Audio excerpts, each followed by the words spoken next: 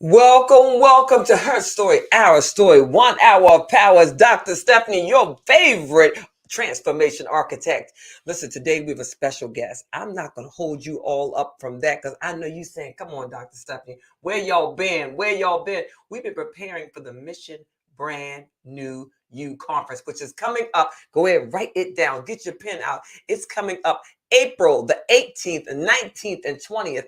April the 18th, 19th, and 20th. More information to come. Stay tuned right here. But listen, we have to do our thing. I got my piece of paper right here because I want you to be sure, to be prepared to do your self-confidence chant, as I like to call it, the self-confidence chant. So I'm going to bring that up here. But before I do that, I want you to first take a moment, take a deep breath in, blow it out.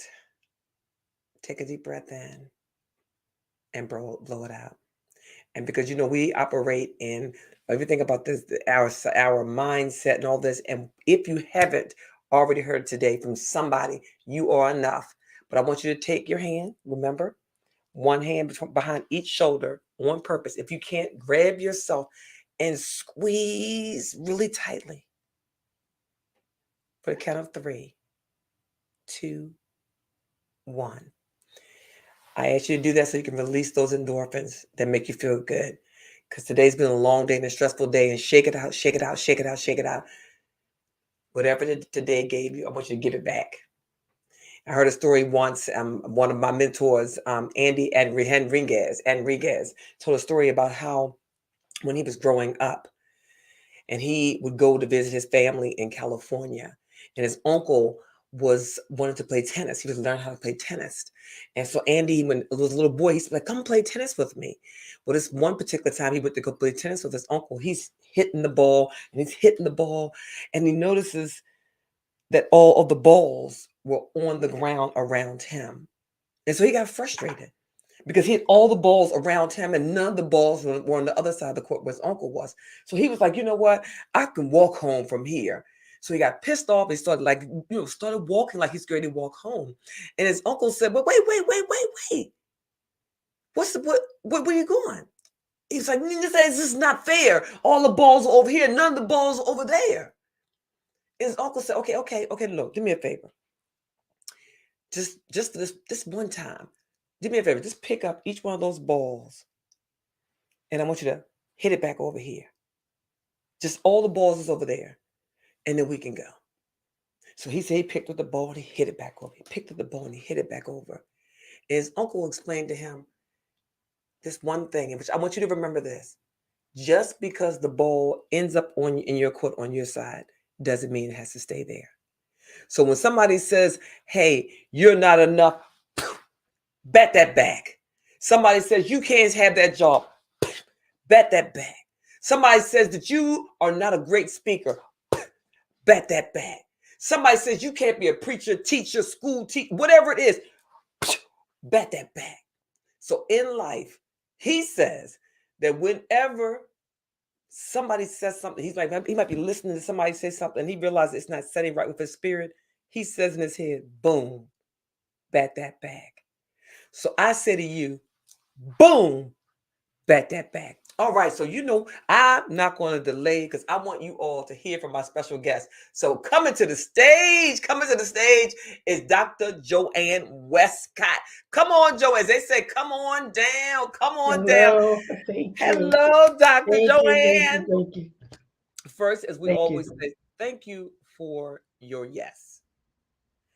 Because here's the deal. One thing we know is that the easy thing to do, and particularly when somebody asks us to come and actually put our stuff out there for the world, because everybody has a story, but not everybody is ready to share their story. Mm-hmm.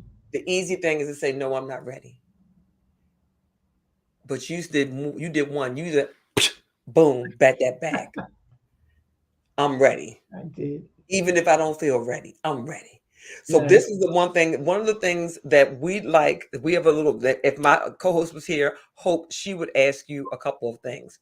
But before we do that, before we jump into that, I want you to join me in repeating some of these things that we like to say for our self-confidence formula, which I like to take credit for, but I can't, right? Because I got it from the John Figaro. Okay, so here we go. I'm going to bring it up here because I want you all to repeat after me. Okay, wait a minute. Okay, wait a minute. Okay, this is where we're going to start. I know that I have the ability I know that I have the ability to achieve the object to achieve the object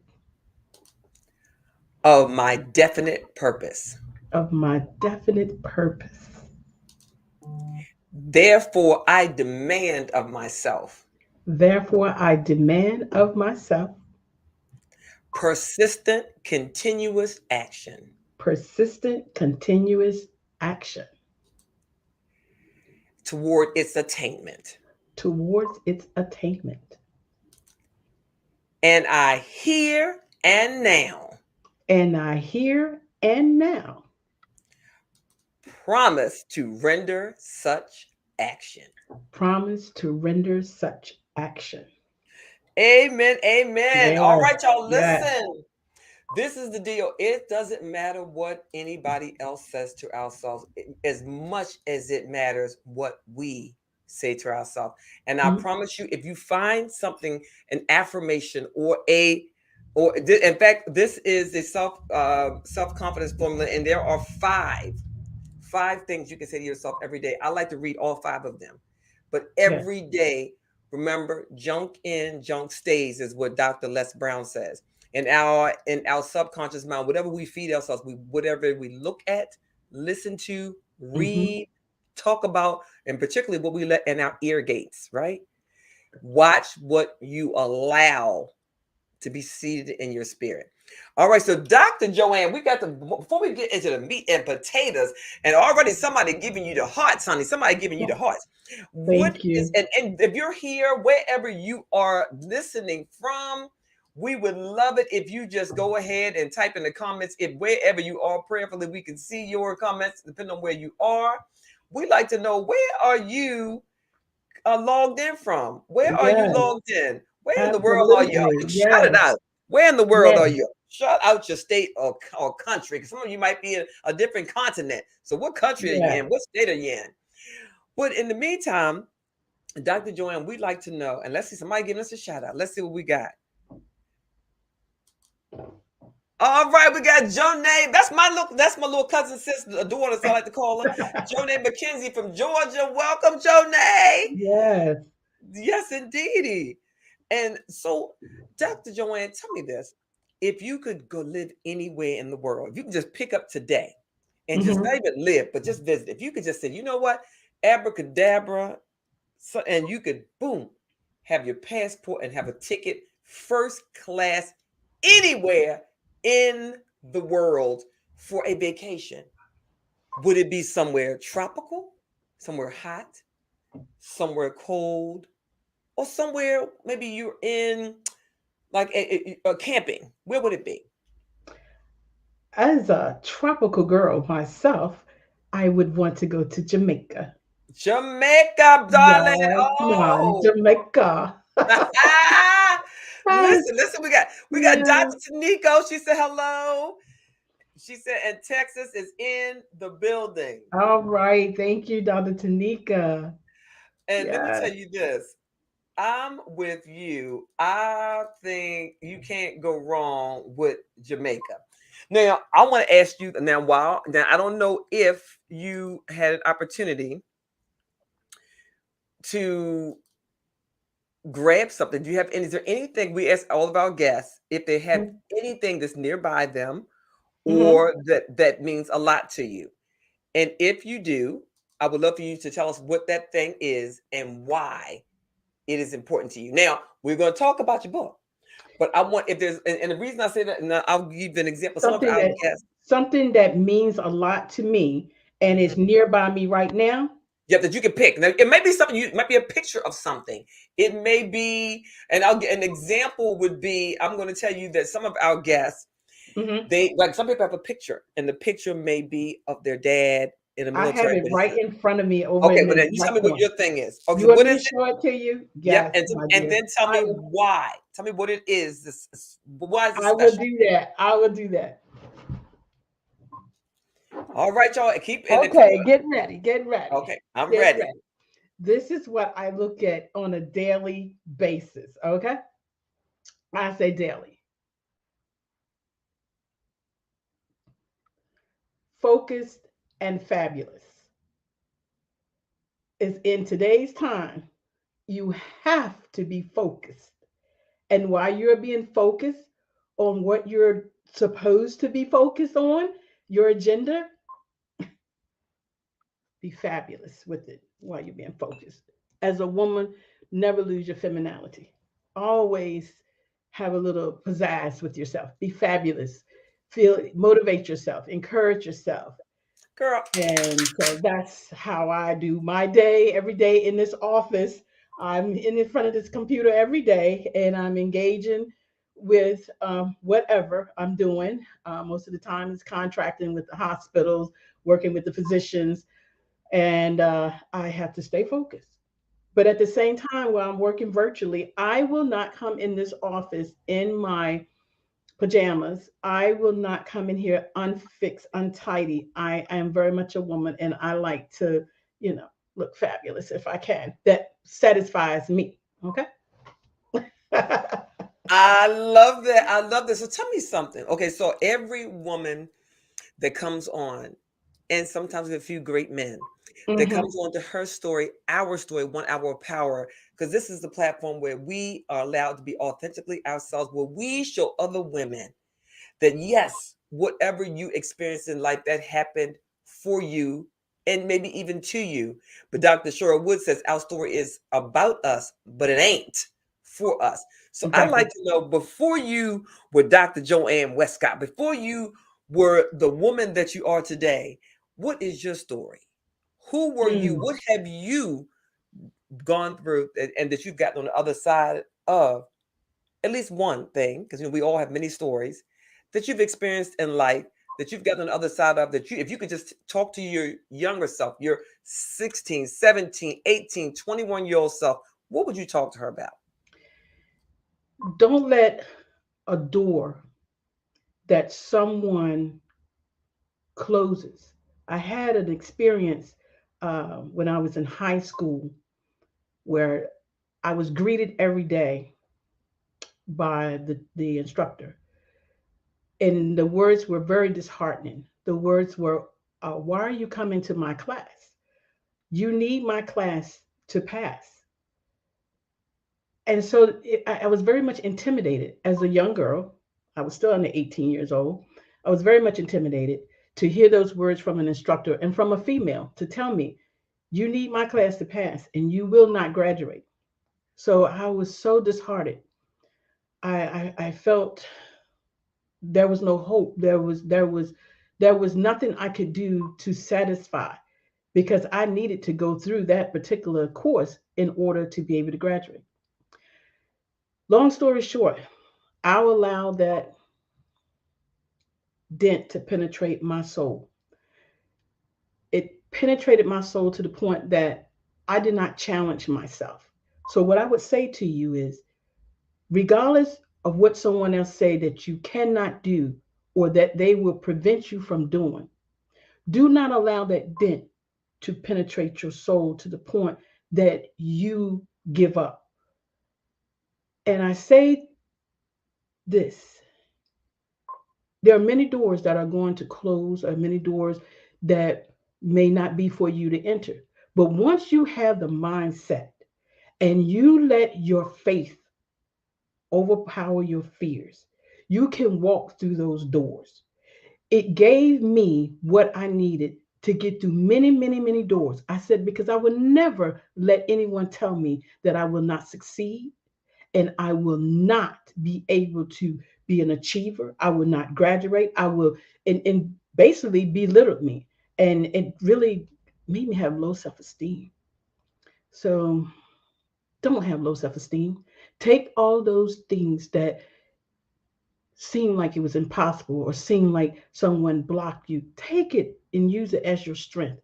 and go forward and do the things that you know within yourself that you can do. Just be a fighter. And that's what I was determined to do, was to be a fighter. I said never again will I allow someone to close a door. Never again will I allow someone to not let me go past where I need to go past. I will fight my way through, and there are many ways to fight, not in a physical aspect, but you can fight your way through. You can do the things in life that are challenging to you, but you have to have a made up mind.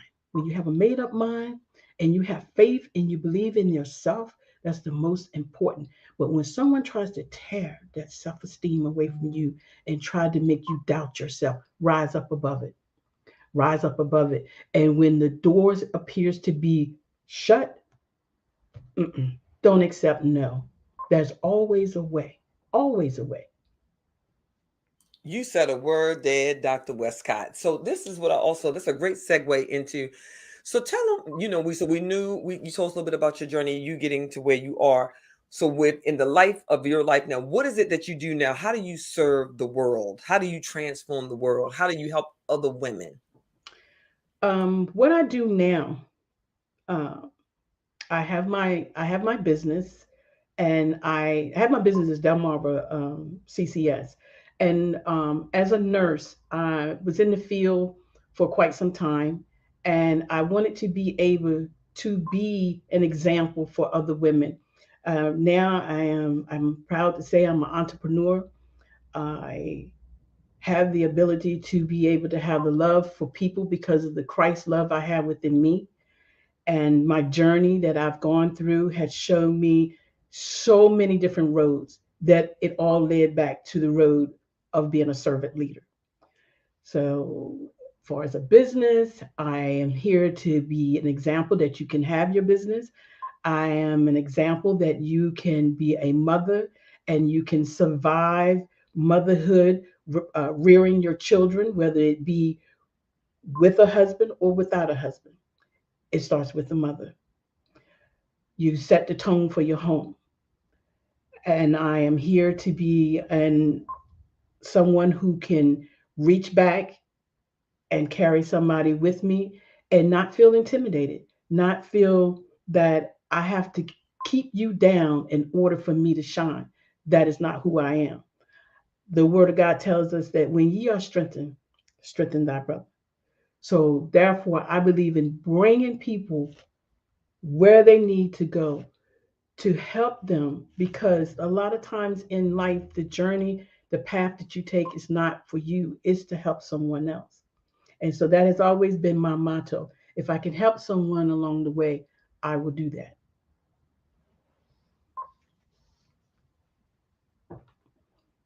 Jonay said you done gave a word. that. Thank you. And listen here, look. You set the tone for your home. Love it. For liberation, said that. So let me ask you this. Tell me two things. One, how long have you been an entrepreneur? And what is it that your company does? Tell us more about what it is, how your company, what is it, how do you serve? I've been an entrepreneur for quite some time, since 20, hmm, I would say since 2005. I started my journey with my own business. I started a home health business, a non-home health medical service business. I have a real estate business. So I've been in that arena of being as a businesswoman for quite some time. And after being in the field for like 10 months with the pandemic as a registered nurse, I saw a lot and I experienced a lot within myself.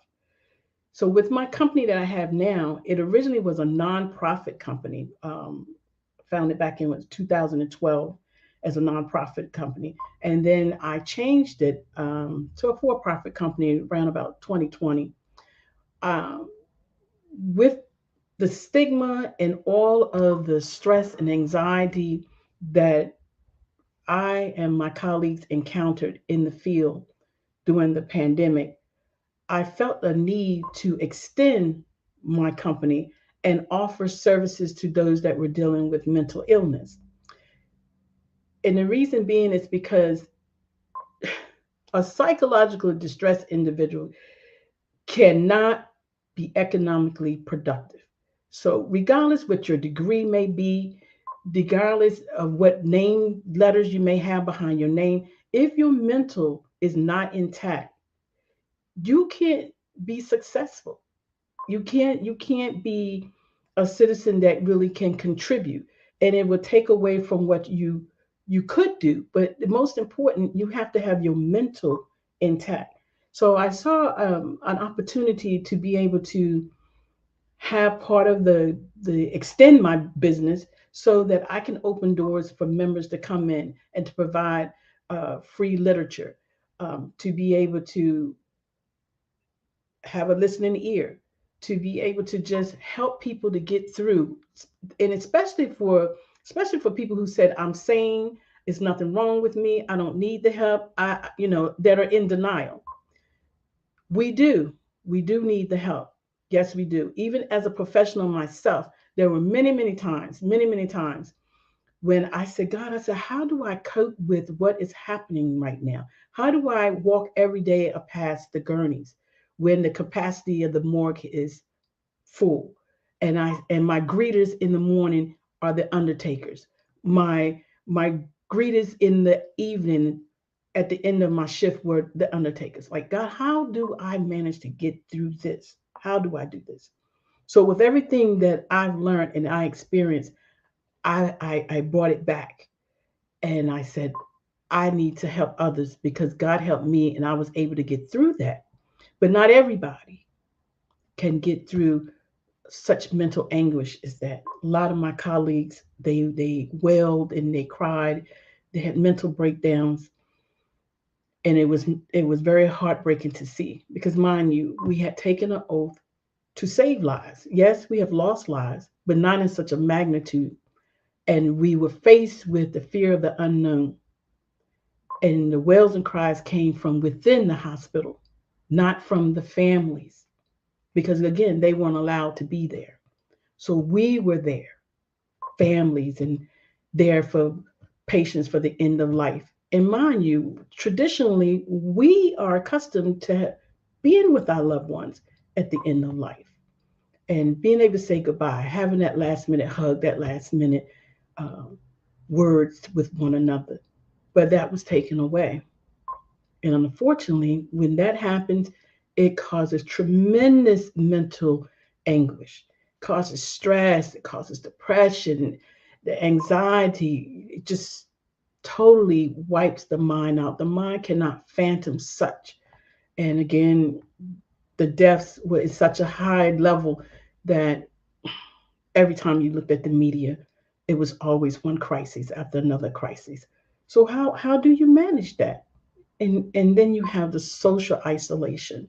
You have the problem with not knowing any solution to what we can do. The do nots: cover your face, don't go to your mom's, don't go here, can't gather there. And we can't even at that time attend the sanctuary for our faith into worship. So what do? We have to find a way to help those who have suffered with so much mental challenges that has caused them to be stagnated. Some have quit the profession, even the college students. Some have just decided, well, we're not going to go back to school. Well, that's why I study when it has no value now. It doesn't mean anything.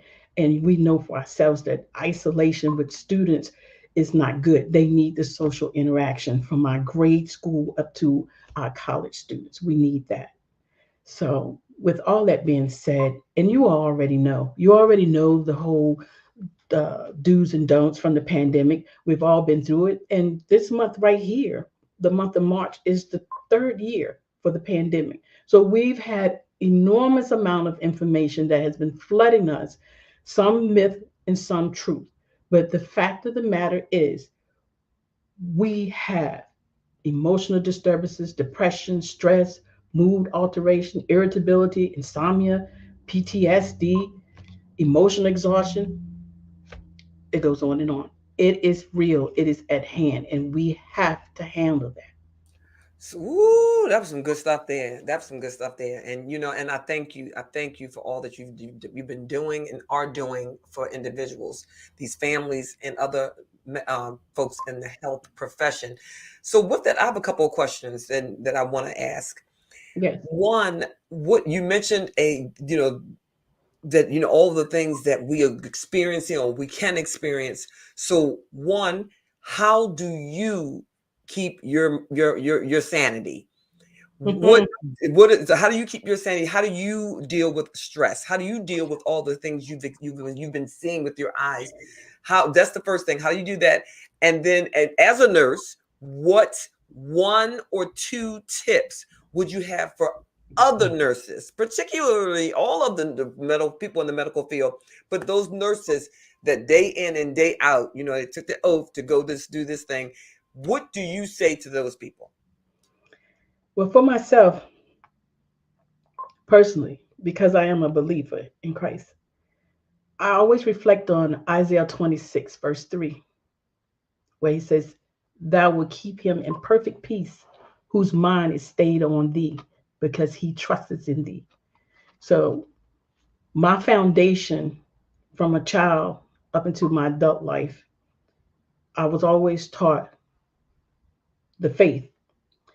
I was always taught to keep my mind stayed on him, to keep me in perfect peace, meaning him, the Almighty. So that is what was my center, was my core. And then the fight to keep my mind and my mindset so I did not have a mental breakdown is because I have a family and I love my family. And I've always been a leader, I've always been a warrior. And I would not allow that to break my spirit, because the word of God told us that these things were going to happen, even though we have a lot of non-believers. Oh yes, we do. We have a lot of people that do not believe that of the calling of the end times. We have a lot of people that believe not. But according to the Judea that I read and I study and I follow, it was foretold to us that these things were going to happen. But it also told us what to do. Thou will keep him in perfect peace, whose mind is stayed on thee. So, in order for us to have peace, which he said when he departed, peace I leave with you. So, I say all of that to say this to my colleagues and others: find a center within yourself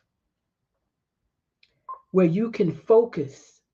Now, if you're a believer as I am, you have it. Even if you are not, it's okay. But as an example, as a servant leader, it's working for me. It can work for you. Talk to someone, because one of the things that I have learned during the pandemic, there were five common phrases that I've often heard. The phrases was hear me, protect me, prepare me, support me, and care for me. So oftentimes that has been said, and you have to be able to have someone that you can talk to, someone that you can cry to. And it's fine, because again, I've cried and I've talked to the Almighty. But if you need to have something and someone, you can. You can do that. Don't keep everything balled up inside of you. Admit your fears. Admit you're scared. Admit that, hey, I'm a nurse, I'm a physician, and I can't do this and I can't do that. Don't feel that you are God sent and that you created life and you must maintain that life. You can only do as much as the Almighty will allow you to do. Have to admit your shortcomings. You're not perfect. We are human, regardless where you come from or who you may think you are. You are human, and we will fall short. So just link up and cry and allow yourself to be vulnerable. Don't have to walk around tough. Don't have to walk around like it won't happen to me, or be in denial. No, better it is out than it is kept in. That's good stuff. So we're going to do a quick commercial and then we're going to come back because I want to hear from you because I understand that you also wrote a book on this very topic. So you all stay tuned. We're going to do a quick commercial and when we come back, Dr. Joanne Wescott is going to tell you, Joanne Wescott, give another name, will tell you all about her book. So stay tuned. Stay tuned. Don't you go nowhere. Don't you go nowhere. All right, here we go. This is our quick commercial, you all. Hi, my name's Priscilla Batten. Since beginning my journey with Speaker Stephanie, the transformation architect, also known as the Tower of Power, I have gained more self-confidence. I've used my voice more to support and to encourage those that I love, as well as others that I come in contact with. I have gained a lot of confidence when it comes to speaking publicly, and I am also a lot less anxious. If you're someone who wants to increase your visibility, grow your business and your confidence using your voice, I highly recommend Stephanie. She has a positive spirit. She inspires not just in words, but by example. And I am sure that she can provide the tools that you need to keep moving forward towards your goal. Thank you. And we are back. All right, Dr. J. You had somebody, Lena said, Dr. J, teach, baby, teach. All right, so tell me, one, you have a book. What is the Yes. name of this book? What's the premise of the book? So what's it about? And who is this book for? Well, the name of the book is The Psychological Effects of the COVID-19 Pandemic. That is the name of the book. Because we know that many people are underwent unmanageable mental health issues, as we discussed earlier. And we know with emotional disturbance, depression and stress, mood alterations, all of that that goes along with your mental illness, and especially individuals with prior mental, neurological, or substance use problems. So, to understand these aspects and to how to manage them across the affected population is the motive behind writing this book. So, through close reading and analysis of this book, one will understand what it takes to manage the associated mental effects of the pandemic and what is required to avoid being affected by these effects. So that is the whole gist and purpose of this book, was to have a better understanding of why it happened and what to do and how to prevent it from further and having any effects on you. So that's the purpose of the book. And of course, the book was collaborated with not just what was happening here in the US, but because it's a pandemic, it incorporates what is happening in other countries as well. And the book is for everyone. The book is for everyone. It's for students, it's for families, it's for the physicians, the nurses, it's for everyone.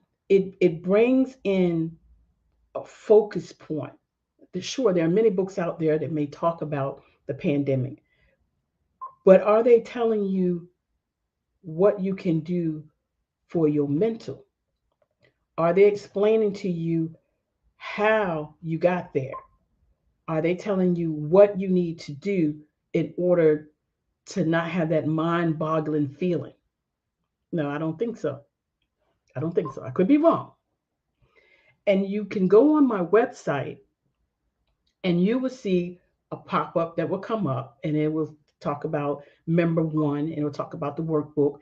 And what I have done, I provided free literature, workbooks for families to get through for the pandemic, the psychological effects of the pandemic, workbooks for families, workbooks for leadership.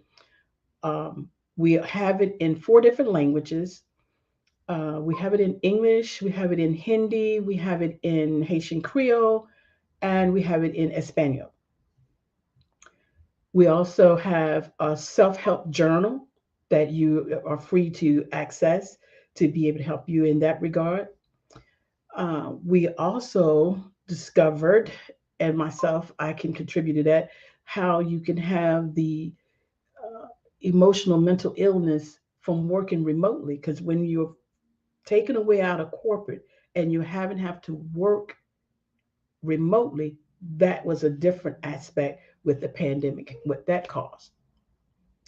And you're asking me, is this book just for people who experience issues due to COVID? No, not at all. This book is not, this book is for you to have an understanding, because there's not one person that I could think of during the pandemic era. You may know somebody that you can be of a help to once you have a better understanding and get into the meat of what this book will offer. Addressing the psychological effects is the initial point of solving the results of the effects, both short term and long term. Because again, we have to prepare now for our future. And if what we have now is mental illness that is just as high on a rise as it was with the COVID, what's going to happen to our future? There's there's no there's no way we can survive going forward without addressing close reading, analysis of this book. You will be able to understand what it takes to manage the associated mental effects of this pandemic. I encourage you to get the book. You will not be bored with the book. You will enjoy it. I'm also available and here to answer questions at any given time that anybody may have concerning the book. But the key thing is to have a robust knowledge on what people require to manage the mental effects of the pandemic. That's key. Question is, will this help parents dealing with their children who have decreased maturity levels due to? Absolutely. Absolutely. This will give them tools that they will need to be able to help their families, their children especially. One of the things that this book really has in it is coping skills. And it helped you to teach numerous people how to be able to recognize mental illness, to be able to see the signs of mental illness, to be able to know when someone um, is very much challenged and bothered. It will help you and give you an insight, a peek into what is needed and how to be able to do that. And you will have resources within my membership on my website that's free that you can have. And also I have about 37 mental illness now that will be in the member too, because someone falls in those categories at some point in time, or we know someone that may fall in those categories at some point in time.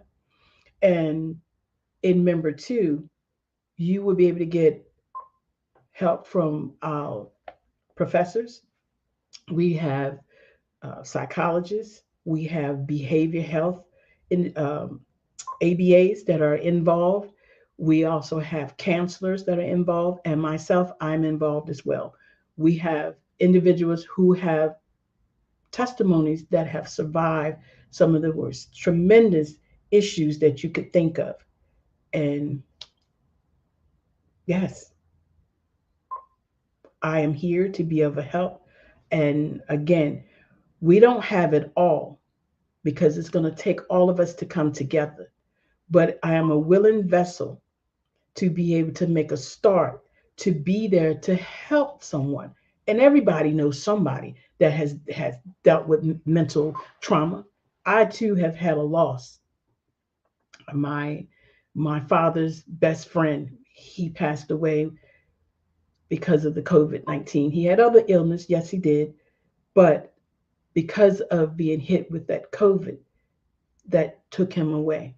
And he was like a father to me. My father had demised and passed away early on, but he was there for me. And when he fell to the COVID, that impacted me. That impacted me.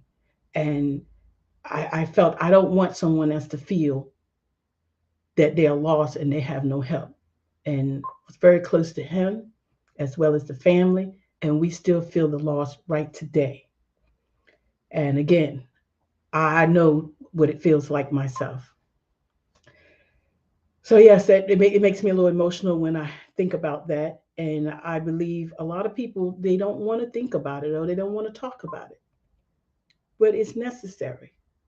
Talk about it. Express how you feel about that loss. Express how you feel about what you've gone through. You've been told, you've been mandated that you can't work if you don't have the vaccine. You've been told you have to leave corporate because they were closing, so you didn't have a job. Some are not as fortunate. They're already in poverty. I have my team that are internationally, and they are already dealing with poverty. They're already dealing with a lot of what they don't have.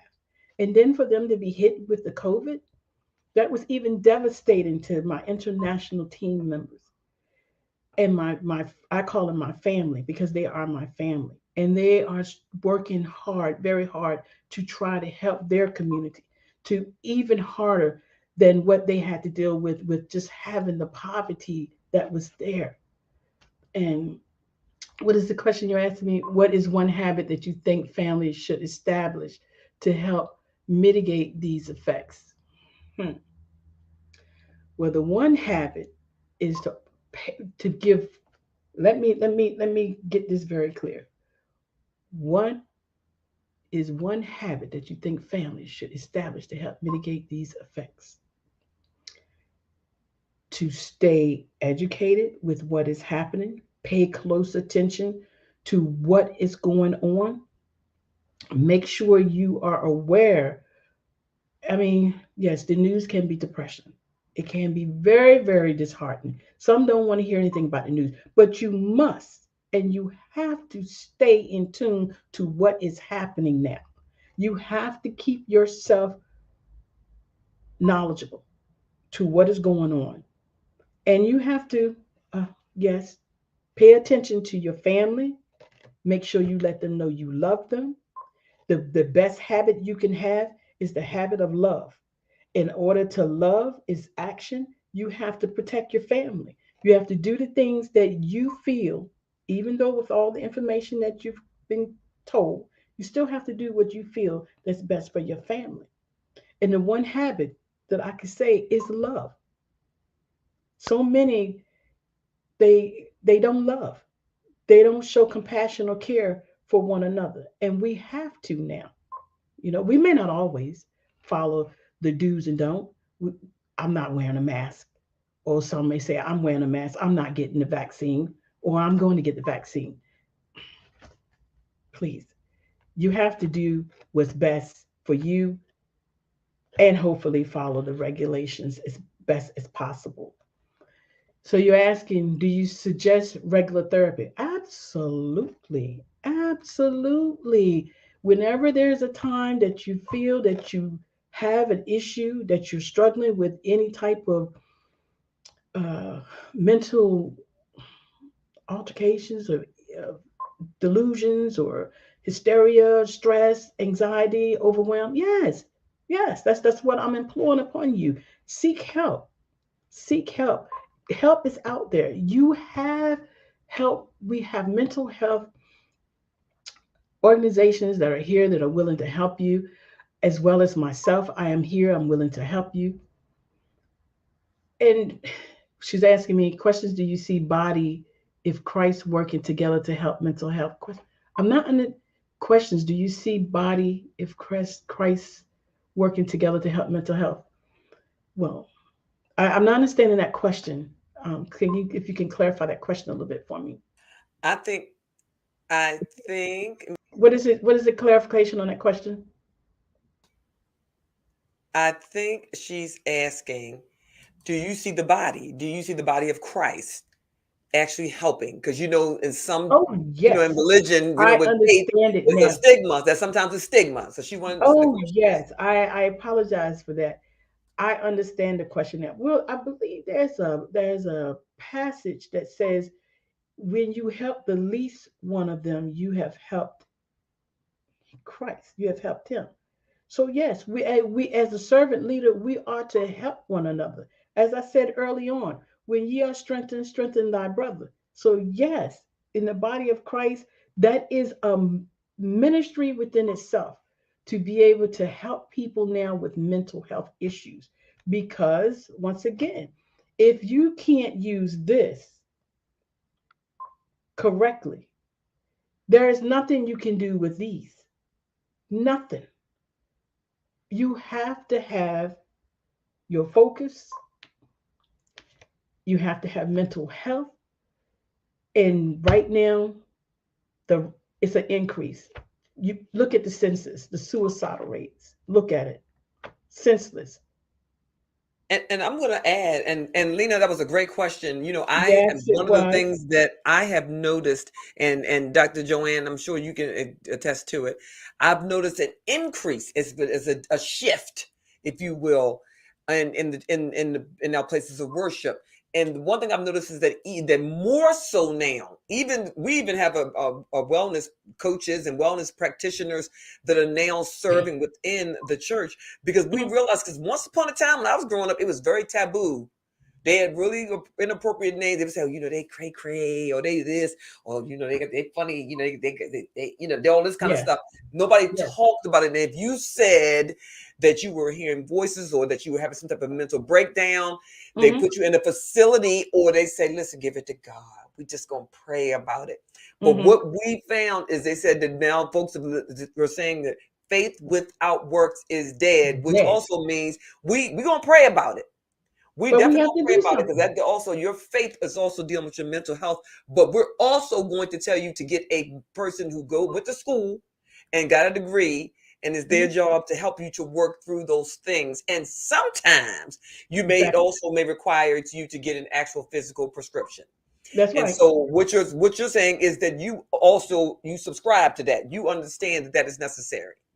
I understand that it's necessary, but I also have the statistics that shows that there has been an abundance of taking too much medication.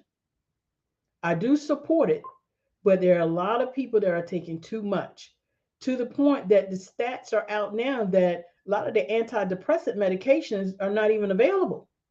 Well, now I'm going to go ahead and give you this. Now, I will tell you that even, yeah, you're right. That I just read something, as a matter of fact, and my pharmacist talked about that it's not available. And because there's That's a true. lot of people, their anxiety is up. That's But true. also, if any of us right now watch now, and this is my challenge to everybody: the next time you're watching television and there's some type of commercial that comes on for the antidepressant, whatever it may be, at the very end, the side effects, by the time they get to the side effects are worse than what you were experiencing sometimes. So that's some of Absolutely. the things that we have to be careful of, is the make sure we're getting prescribed the correct dosage, and it's not just Absolutely. somebody to prescribing us something in lieu of something else, because sometimes talk therapy is what we need, sometimes it's Absolutely. something else we need. Absolutely. So I think what you're saying is not always the answer. But yeah. Absolutely. That's very, very true. I'm glad you said that. That's very true. And that is most important in today's time, to pay attention to those prescriptions and the side effects, as you said. What and yes, Miss Johnson, this book will help the mental health. It most certainly will, and it's supported, mind you, by the mental health. They are supporting this book. This book is on an academia basis. It's not my opinion. This is a collaboration on academia studies. I did extensive research for this in this book to be able to put this book out for people to be able to read it and use it. So it is supported. It is not just my opinion of what I think. Yes. What was the other question? I think I saw another question. The other person was making a statement. They were just saying that, the mentality about get over it has to go. You know how that, Yes. Yes. So I want to ask you this, and this is, you can choose if you don't feel comfortable with this question. You don't have to answer it, but I want to ask it. Uh-oh. I will tell you that I know when the pandemic first occurred, Hmm. for many people, like March, 2020, first folks were like, they kind of told everybody just, maybe go home for a Mhm. couple of days. Then we Mhm. know the couple of days became 30 days, and the 30 days became 90 days. And that's, it Exactly. was like, it was the Yes. summertime and there was no planes going over. And it was like, okay, this is some stuff like we didn't read Yeah. it somewhere in a book, Yeah. somewhere, apocalypse, right?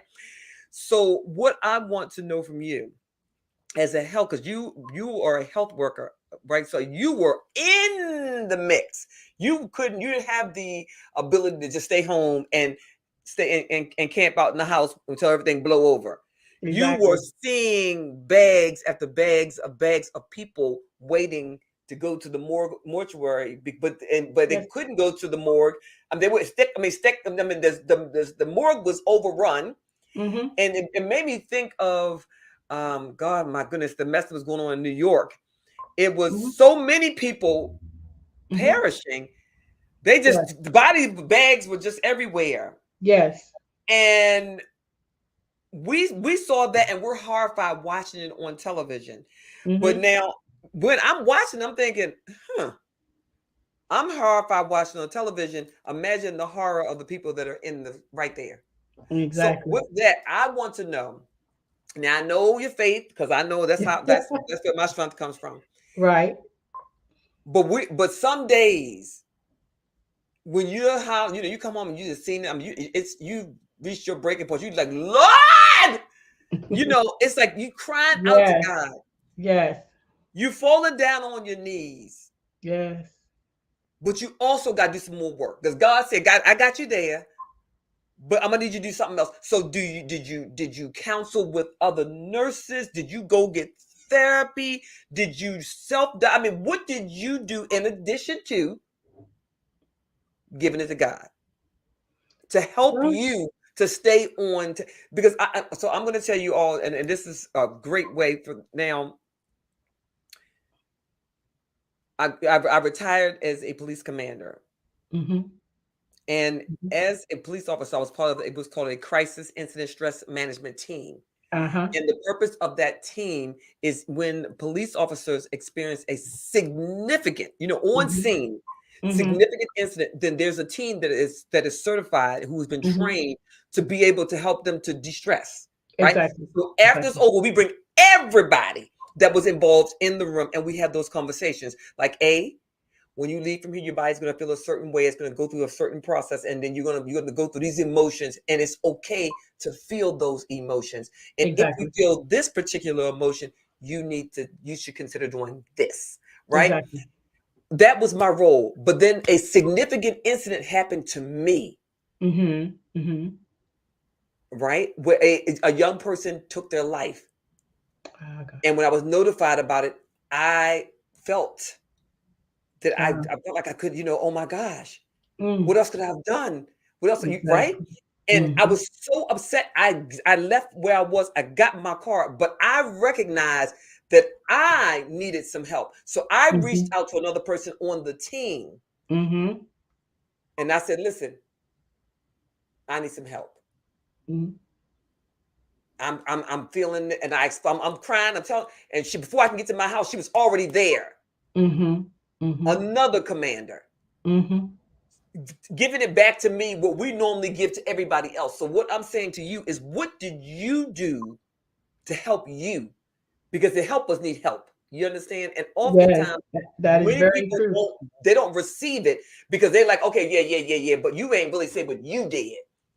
You see what I'm saying? Like they know you said people need to do, but what did you do? I'm telling you, I cried out to the Lord, but that wasn't good. I needed some other things. I mean, and the Lord was there for me, but I'm telling you, I needed to have that conversation. So Well, that's a lot.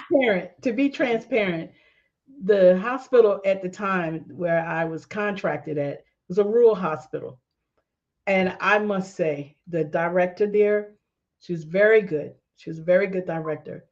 And the hospital was very dynamic in putting interventions in for staff. So the department that I was in, the director was able to, we had our breakout sessions, we had meetings where we were able to cry about it, we was able to talk about it. We just came together and it was recognizable that, hey, you know, I need to be able to talk to my team. I need to be able to let them have an outlet. I need to let them be able to vent how they were feeling, and then offer solutions. So we did have that. The hospital offered support for their staff. The hospital definitely had their upper leadership um, ready to be able to handle the challenges from the staff, to be able to meet their needs, because again, it happened all at once to everybody. So we couldn't point the finger at our leaders because they were just finding out about it. The pandemic the same, the COVID the same, we all hit the news the same. But one thing about this particular hospital, the leadership was dynamic. They were able to implement and put measures in place to help their staff so that you could have a place where you could come together and you can vent and you can talk. It was very therapeutic. And so I was able to do that. I was able to be a part of that, talk with my colleagues. We were able to just put things on the table. We had our breakout session, our crying session, our hugs. And then it got to the point where it was like a little leery of, do we hug one another? What do we do? And so we went through all of that, but the most rewarding for me was when I would walk through my door and my family was still living. My family was still able to give me a hug and say, Mom, we love you. And I was able to tell them that I love them. So that right there, that gave me the drive to fight, because I did not want to leave. And I knew I was in the trenches. I didn't want to be overtaken by COVID. And I didn't want my family to be overtaken by COVID. So of course, when I came home, I was still very much the nurse, do this, do that, and don't do this and don't do that. But it was all out of love. But the what kept me together was my family, was to be able to walk through, have the ability to walk through that door, see my family, see the smiles on their faces, and so that they could see me and know that I'm well, mom is okay, I'm here. And so that right there, that's that was what kept me. Yeah, yeah, yeah. That's real. I as a nurse, I can only imagine. You see it up close and personal, and you like, I remember, gosh, in the '80s, the AIDS epidemic, the crack Hmm. epidemic, and all Hmm. this, and everybody knew somebody that had perished due to it. And the Exactly. same thing with COVID. Hmm. Sadly, in our family, we lost a number of family members. My mother's oldest sister Oh and her God. baby sister within Mm. a month of each other. And so, and of course, two nephews, but Mm. not due to COVID, due to murder, Oh homicide. wow. They both lost their life tragically. And I dare to say that I still say that the COVID also brought out the worst in individuals, because they Yes. just the maturity level. But that's a whole nother talk show. But I Exactly. want you, with the last minute we have left, I want you to close us out by looking right at your camera and talking to that person who is still challenged. Talk about what you show your book, and talk to that person about how that book, and just what they might need to do or should do to help themselves. And you'll carry us out.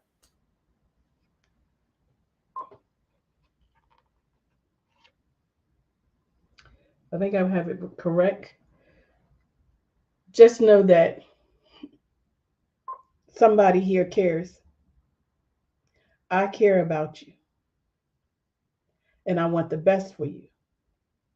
Don't feel that you are alone.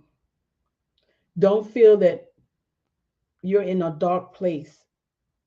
Know that there is light. I am here, and there are others that are here. Let go and let God. Reach out to me. If you can't reach out to me, reach out. A cry for help is okay. Just don't give up on yourself. Don't ever give up on yourself. Love yourself, because somebody does love you. It is okay to hurt. It is okay to feel the pain, because we are human and we will feel pain. We will feel all of that. We will cry. But know that there is help. There is help here. And I myself, I'm not here to sell a book. I'm not here to make money off a book. I'm not here to sell myself. I'm here to tell you that I love you and I want to be able to help you. And I have resources. I have connections with people that think and feel the same as I do. And we want to be able to be here for you. You are not alone. Mental illness is real. Yes, we know, but you are not alone.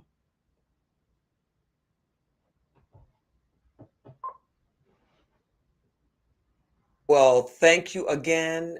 Thank you so much. That was powerful. Well, you all, normally I close it up with this one thing. I'm gonna close it up with this real quick. Mm-hmm. And that is this. Lisa Nichols tells us that we must shine our light. Yeah. Dr. Wescott came on here and shined her light because just like I tell you all the time, I believe that my light and your light, and for those of us that believe in the Holy Trinity, believe in something higher than ourselves, I believe that our light is God's gift through us to the world. Dr. Wescott came up in here and shined her light, did what she was called to do. So I encourage you to get what you need and to stop wasting time and go out there and shine your light, because the people or your assignment can't wait for you to get ready. You just got to show up in those spaces, in those places, the best version of who you are and whose you are with what you have. Peace Yeah. and blessings to all of you. And we're going to see you on the other side, because everything you need, you already have. Make it a wonderful day.